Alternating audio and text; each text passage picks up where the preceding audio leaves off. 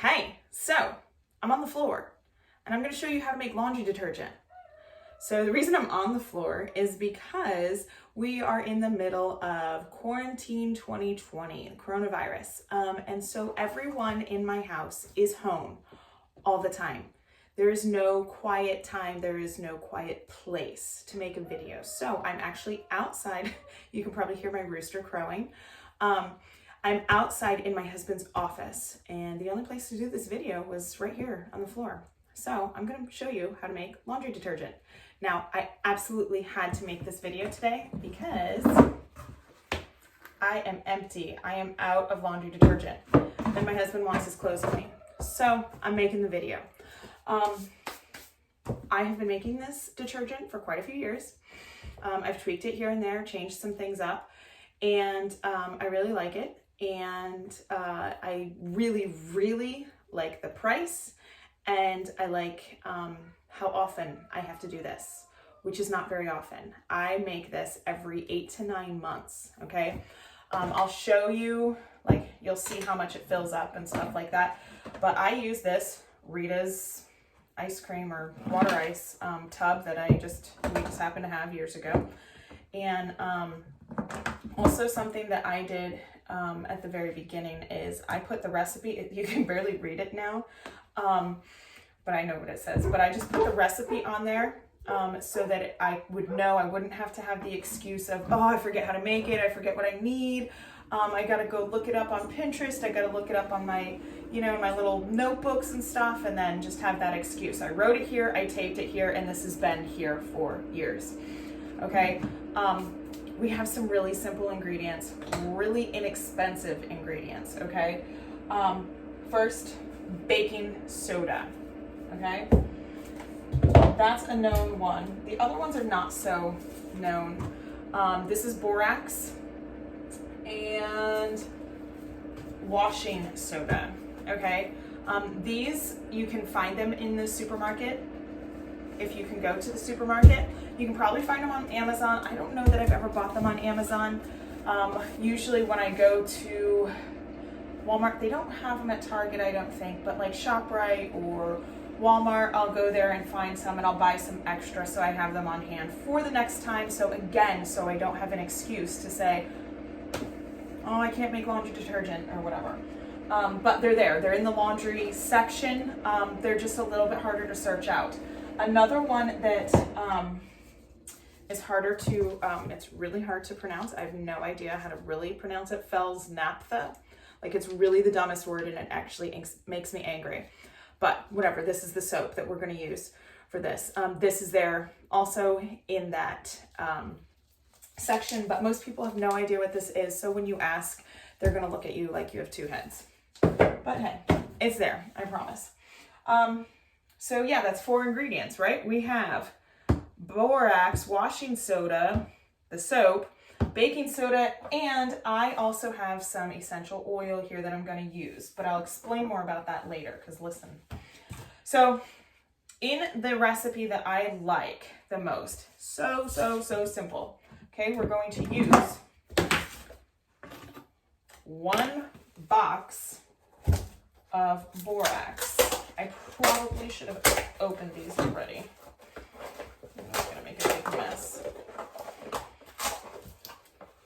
All of these things are like the ingredients, the main ingredients of a lot of detergents. You don't want to take a big whiff of that. They're the main ingredients of a lot of detergents, and they're also the ones that your grandma used to use, okay? These are all like the basic things. And then, oh my gosh, it doesn't taste good, okay? But it's not toxic, so we're good. But over the years, companies, manufacturers have just decided to add all kinds of crap to our laundry detergent. Now, why is it important to use natural laundry detergent? Why not just get the stuff from the stores? First of all, because it costs an arm and a leg. And when you have 4 kids, that's not fun. Like, that's really painful to go to the store and buy all that laundry detergent. But also, they put so many additives, so many chemicals, so many scents, perfumes and dyes. Okay, I have no idea what just happened. My camera just stopped recording. I lost the video, but then I was able to find it in a little secret place. Anyways, so I was talking about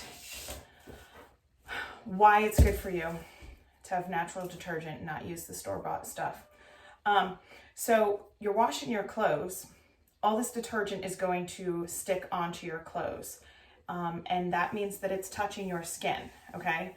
Our skin is our largest organ, and this is going to get, anything that touches your skin is going to be absorbed into your whole body. It's not just like one part of your body or a little part, it's your whole, like all of your skin is one organ.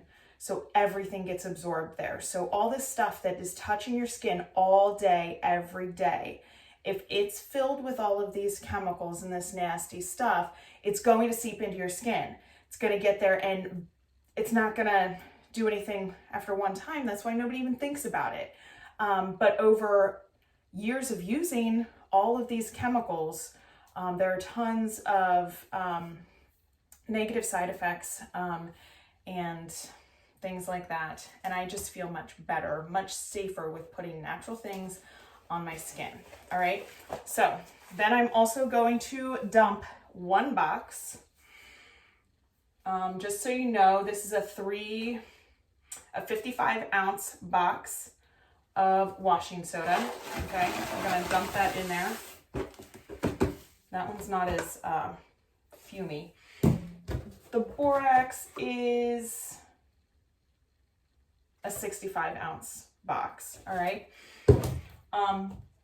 Then you're gonna take a small box of the baking soda, 1 pound. Dump this in here. I usually always have like a giant thing of baking soda because I use it for so many things, but I also do buy these ones because it's easy to measure because I just do it by one box.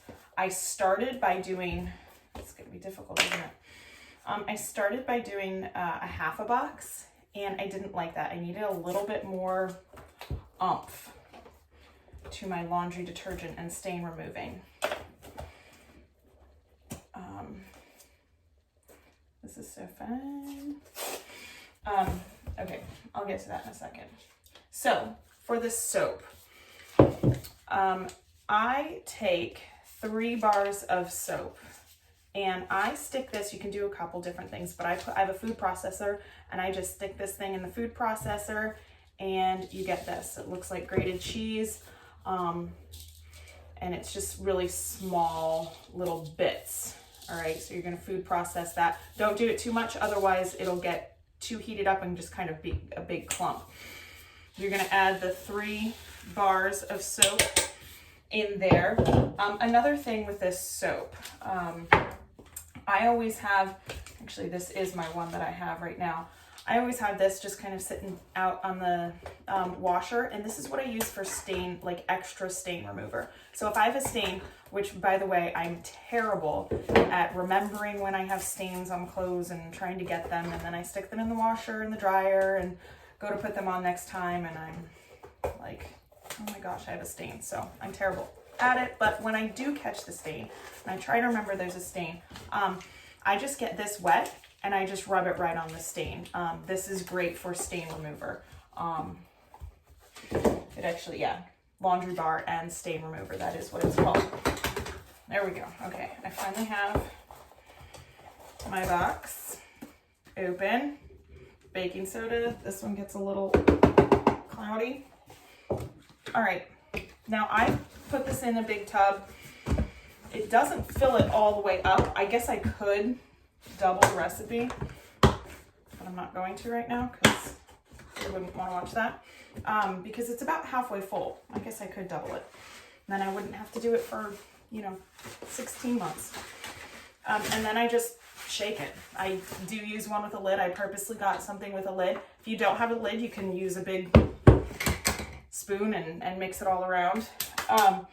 Now let me talk about the essential oils. Now there's a couple different things, different thoughts on the essential oils in the laundry detergent. Okay, so truth, this laundry detergent is not going to make your clothes come out of the washer and out of the dryer smelling like spring meadows, okay? It's not gonna have the same scent that you're probably used to. And that's just something that you have to adjust to, you have to learn to change. And I think if you realize the value of what's going on, and also if you realize the harm of all of those scents that are in laundry detergent, that it's something that you're totally willing to sacrifice. So you won't have those same smells, but your clothes are going to be clean, and they're going to smell clean. They're not going to smell dirty, but they're not going to have a huge perfume to them, okay? So what I actually do, I've done this a bunch of different ways. I've added tons of essential oil in here. I've added none. This one is immune aid, so it's got some like immunity boosting. Well, what I'm trying to do is kill the bacteria in the clothes and the water and stuff like that. So that's why I do put some of this, but I don't put a lot. And again, this is for 8 to 9 months. So, I put like 30 drops, and that's really not a big deal. But I'm not necessarily doing it for the scent. It helps it a little bit. But to get scent onto my clothes, what I do is I use dryer balls. So, because when you put your clothes in the dryer or in the washer, you're using water, you're washing all of that off. You're washing all of it out. So this isn't strong enough to hold on to, your clothes going through the washer, which is another thing to think about. Think about the detergent that you're using. You're supposed to be washing all of this stuff out of your clothes. Why does it smell so strong? Why does that stick onto your clothes? It's probably not the best thing. So I don't over scent my laundry soap because it's not going to stay. It's going to be all washed off. So when I put them in the dryer, I use dryer balls.